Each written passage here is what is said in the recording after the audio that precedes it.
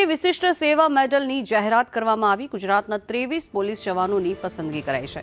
23 police અધિકારી કર્મચારીને રાષ્ટ્રપતિ મેડલ આપવામાં આવશે। 2 અધિકારીઓને વિશિષ્ટ સેવા માટે રાષ્ટ્રપતિ મેડલ અપાશે।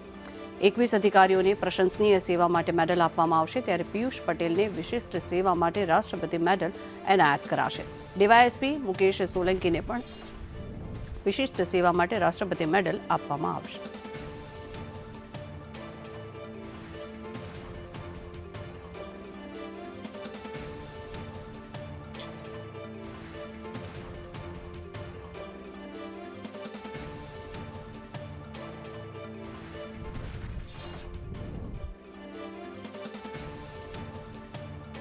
ત્રેવીસ જેટલા પોલીસ જવાનોની પસંદગી મેડલ માટે કરવામાં આવી છે, તેમને મેડલ આપવામાં આવશે। વધુ માહિતી મેળવી સંવાદદાતા હિરેન આપણી સાથે જોડાયા છે। હિરેન, શું છે વિગત? આ 23 જેટલા અધિકારીઓ જેમને પસંદ કરવામાં આવ્યા છે તેમને મેડલ આપવામાં આવશે।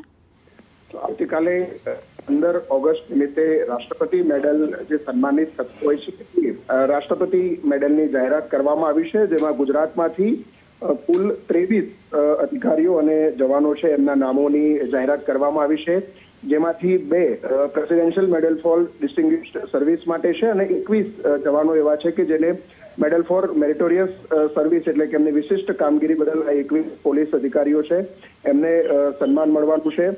જે 2 અધિકારીઓ છે કે જેમને અતિ વિશિષ્ટ કામગીરી માટે સન્માન થવાનું છે એવા પિયુષ પટેલ કે જેઓ એસીબીના ડાયરેક્ટર છે અત્યારે, અને Mukesh Solanki deputy superintendent of police એટલે કે ડીવાયએસપી છે અને અત્યારે હાલ તેઓ એસપી તરીકે પણ ફરજ બજાવે છે।